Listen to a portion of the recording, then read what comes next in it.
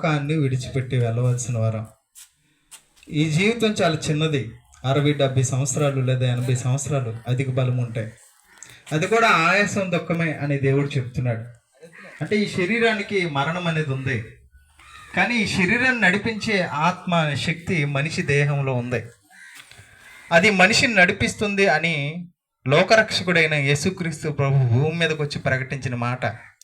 ఆత్మయే జీవింప చేయుచున్నది, శరీరం కేవలం నిష్ప్రయోజనం అని దేవుడు చెప్పాడు. అంటే ఎప్పుడైతే ఈ ఆత్మ శరీరాన్ని విడిచిపెట్టి వెళ్ళిపోతుందో, ఈ శరీరాన్ని కట్టుకున్న భార్య కానీ భర్త కానీ తను పెంచుకున్న పిల్లలు, తన కన్నవారు, రక్త సంబంధులు ఎవరికి కూడా ఈ శరీరం అనేది అవసరం లేదు. అప్పుడు ఎప్పుడైతే ఈ శరీరాన్ని విడిచిపెట్టి వెళ్ళిపోతుందో ఆత్మ, ఆ శరీరాన్ని కూడా శరీరం అని పిలరండి, శవం అని పిలుస్తాం. కొద్ది రోజులు ఉంచుకుందాం, ఎంతో ప్రేమించాను కదా అని ఇంట్లో దాపెట్టుకుందామన్నా కూడా ఒక్క రోజులోనే దాని వాసన అనేది మనకు కొడుతుంది. అంటే ఆత్మ వెళ్ళిపోయిందంటే మరి ఈ శరీరం దేనికి అవసరత ఉండదు, దేనికి పని చేయదు. అది శరీరం ద్వారా మనం నేర్చుకోవాల్సింది. అది ఎవరైనా మరణించేటప్పుడే మనకు అర్థమవుతుంది. కానీ భూమి మీద బ్రతుకుతున్నప్పుడు ఈ శరీరం గురించి మనం ఆలోచించాం. కానీ మరణం తర్వాత శవాన్ని చూస్తున్నప్పుడు మనం తెలుసుకున్న విషయాలన్నిటినీ బ్రతికున్నప్పుడు మనం ఆలోచించాలి. అయ్యో, నా శరీరం ఏదో ఒక రోజు నన్ను విడిచిపెట్టి వెళ్ళిపోతుంది కదా, నేను చనిపోయిన తర్వాత ఈ శరీరాన్ని ఎవరు ఉంచుకోరు కదా, మరి ఈ శరీరం కోసం నేను ఎందుకు పాటుపడాలి భూమి మీద? ఎందుకు ఈ శరీరం కోసమే నేను బ్రతకాలి? ఈ శరీరానికి ఎన్ని కోరికలు ఉంటాయండి. తలపై నుంచి కాళ్ళకున్న గోళ్ళు వరకు అండి చాలా ఆశలు ఉంటాయి దీనికి. చూడండి, జుట్టు ఉందనుకోండి, కొంచెం తెల్లగా అయ్యిందంటే ఆ జుట్టు ఏం చెప్తుందంటే, ఇదిగో నువ్వు ముసలోడు అయిపోతున్నావు, అందరికీ తెలిసిపోద్ది. వెంటనే ఏం చేయాలి? నువ్వు కలర్ వేసుకో. చూడండి, గోళ్ళు ఉన్నాయండి, చిన్నవే ఉంటాయి, అవి కట్ చేసి పడేస్తాం. దానికి కూడా కోరుకుంటుంది. అందుకోసం కదండి గోలు రంగులు పెడుతుంటాం, గోరింటాకు పెడుతుంటాం. అంటే ప్రతి శరీరంలో ప్రతి భాగానికి, చెవులు చూస్తే చెవులకి రింగులు అంటాం, చేతులకి రకరకాల ధరిస్తుంటాం మనం, వాచ్యాలని, బంగారపు కడియాలని. ఇలా ప్రతి దానికి మనం ఏదో ఒక దాని కోరుకుంటుంది, ఆ కోరికను తీర్చాలనుకుంటాం. కానీ ఈ కోరికలన్నీ తీర్చినా ఏదైనా ఏ ఒక రోజు శరీరం విడిచిపెట్టి వెళ్ళిపోతుంది. నా కోరికలన్నీ తీర్చాడు కదా, ఈ ఆత్మగా ఉన్న ఈయనకి నేను చెప్పేసి వెళ్తానని మనకేమని చెప్తుందా? చెప్పదండి. దాని కోరికలు తీర్చడం కంటే ఈ శరీరాన్ని నడిపించే ఆత్మ ఒకటి ఉంది. అది దేవుని యొద్ద నుండి వచ్చింది, అది దేవుని యొద్దకు వెళ్ళాలి. దాని ఆలోచన ఏంటి? అసలు ఆత్మగా మనం ఏం చేయడానికి దేవుడు ఈ శరీరంలో మనల్ని పుట్టించాడు, ఎందుకు ఈ భూమి మీద కలిగించాడు, ఈ భూమి మీద మనం బ్రతకడానికి మనం అడగక ముందు ఇవన్నీ ఎందుకు దేవుడు సృజించాడు? ఏ రోజైనా ఆలోచిస్తున్నామా? ఇన్నిటిని మనం పొందుకుంటున్నామే, మనం అడగకముందే కదా దేవుడు ఇచ్చాడు. మనకు ఆహారం కానీ, గాలి కానీ, నీరు కానీ, ఆకాశం కానీ, భూమి కానీ, సమస్తాన్ని మనం అడగకముందే దేవుడు ఎందుకు ఇచ్చాడో తెలుసా? ఇవన్నిటిని అనుభవించిన మనం ఆ దేవుని కోసం బ్రతకడానికి, ఈ భూమి మీద సంపాదించుకోవడానికో లేదా మనం అనుకున్న కోరికలను సాధించుకోవడానికో దేవుడు ఈ భూమి మీద మనల్ని పుట్టించలేదు.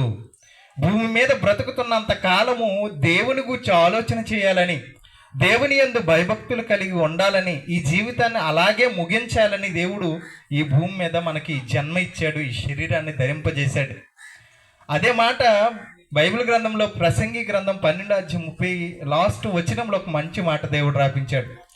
మానవ కోటికి ఇదియే విధి, యెహోవా యందు భయభక్తులు కలిగి ఉండుటే అన్నాడు. అంటే భూమి మీద ఏదంటూ దేవుడు మనకు విధి ఏదైనా జరిగించాడు అంటే, మనం చెయ్యాలని కోరుకున్నాడు అంటే అది ఒక్కటేనంట. ఏంటి అంటే యెహోవా యందు భయభక్తులు కలిగి ఉండటం. యెహోవా యందు భయభక్తులు కలిగి ఉండడం అంటే ఏంటి? భయము భక్తి దేవుని యందు కలిగి ఉండడం అంటే ఏంటి? మనం ఏమనుకుంటామంటే, మనం ఏదైతే అనుకుంటామో అదే భక్తి అనుకుంటాం.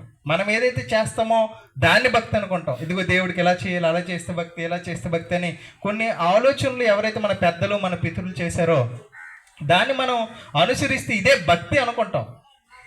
ఒక ఉద్యోగానికి జాయిన్ అయ్యామనుకోండి, ఉద్యోగంలోకి వెళ్ళిన తర్వాత మనం ఏదనుకున్నామో అది చేస్తే ఆయన శాలరీ ఇస్తారా? లేదా ఎవరైతే మనల్ని ఉద్యోగంలో పెట్టుకున్నాడో ఆ యజమానుడు ఏది చెప్తే అది చేస్తే ఆయన జీతం ఇస్తాడా? కూలి పనులకి వెళ్తామండి, పొలం పనులకి వెళ్తాం. పొలంలో యజమానుడు ఆ రైతు ఏది చెప్తే అది మనం చేస్తేనే కూలికి డబ్బులు ఇస్తాడు. అక్కడికి వెళ్ళి ఇదిగో నేను ఇంటి దగ్గర ఇలా ఉన్నాను, నేను ఇలాగే చేసుకుంటాను, నువ్వు నాకు మాత్రం కూలి ఇచ్చి అంటే ఆయన ఇస్తాడా? ఇవ్వడండి. దేవుడు కూడా భయము భక్తి అనే దాని గురించి దేవుడు చెప్తూ సామెతల గ్రంథం 8:13 ఒక మంచి మాట దేవుడు రాపించాడు. యెహోవా యందు భయభక్తులు కలిగి ఉండుట చెడుతనమును అసహ్యించుకునుటయే అన్న మాట దేవుడు రాపించాడు. అంటే మనిషికి భయము భక్తి దేవుడు అంటే ఉంటే మనిషి ఏం చేయాలో తెలుసా? భక్తి భయము అంటే చెడుతనాన్ని అసహ్యించుకోవాలి. నోటుతో కానీ, ప్రవర్తనతో కానీ, చూపుతో కానీ, మన దేహంలో ఉన్న ఏ భాగంతోనైనా ఆత్మీయంగా కానీ, మనసులో కానీ ఎటువంటి చెడు ఆలోచన లేకుండా ఈ భూమి మీద బ్రతకడమే దేవుని యందు భయభక్తులు కలిగి ఉండడం. అది దేవుడు మనిషిలో కోరుకుంటున్నాడు. అందుకోసం మనుషుడా ఏది ఉత్తమం అని తెలియచేయబడి ఉన్నది, న్యాయంగా నడుచుకున్నటియు, కనికరమును ప్రేమించుటియు, దీన మనసు కలిగి నీ తండ్రి ఎదుట ప్రవర్తించుటియు, నీ దేవుని ఎదుట ప్రవర్తించుటియు అని దేవుడు చెప్పాడు. అది భక్తి. అలా చేస్తే దేవుడు జీతం ఇస్తాడు. మనకు అనుకున్న దాన్ని, అందుకోసమే మనం ఇలా తప్పిపోతామని తెలిసే దేవుడు తన మాటలను గ్రంథస్థం చేసి లిఖితపూర్వకంగా మన చేతిలో పెట్టాడు. అదే బైబిల్. ఆ బైబిల్లో ప్రతి దాన్ని ఎలా, ఎందుకు, ఎప్పుడు, ఎలా చేయాలో అన్నిటిని రాపించాడు. అది చెప్పింది మనం చేస్తే దేవుడు ఫలితం ఇస్తాడే తప్ప మనం అనుకున్నవో లేకపోతే ఎవరో చెప్పినవి చేయడం వల్ల ఎటువంటి ప్రయోజనం లేదు. అది భక్తి అనుకుంటే మనల్ని మనమే మోసం చేసుకున్నట్టు.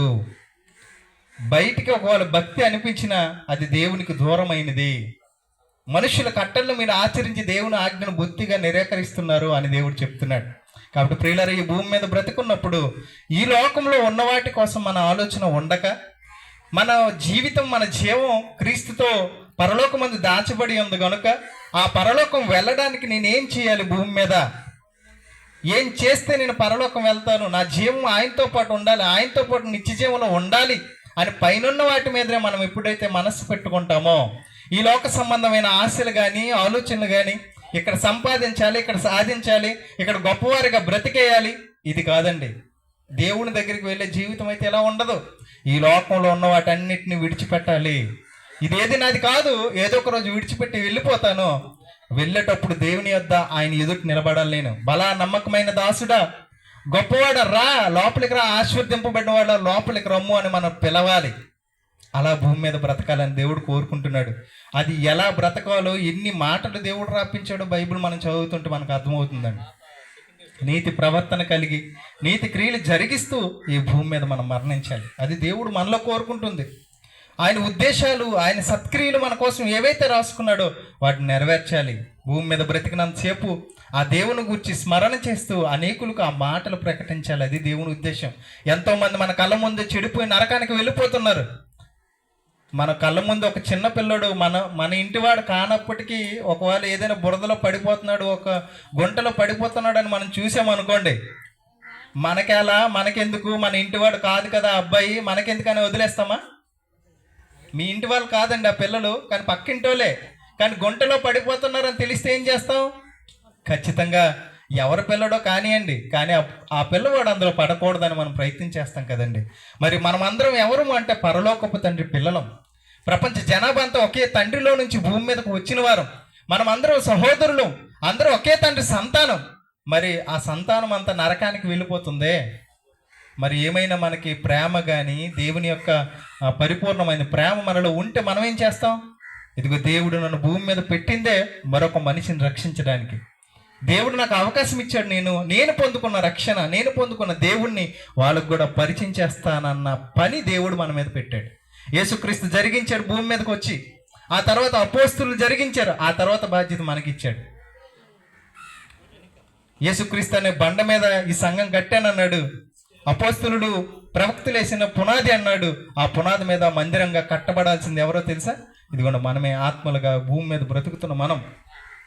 ఈ లోకాన్ని రక్షించడానికి రక్షకులుగా దేవుడు మనల్ని భూమి మీద పెట్టాడు. ఆ పని జరిగించి మరణం తర్వాత నిత్య జీవానికి, దేవుని యొద్దకు వెళ్ళడానికి మనకు ధైర్యం ఉంటుంది.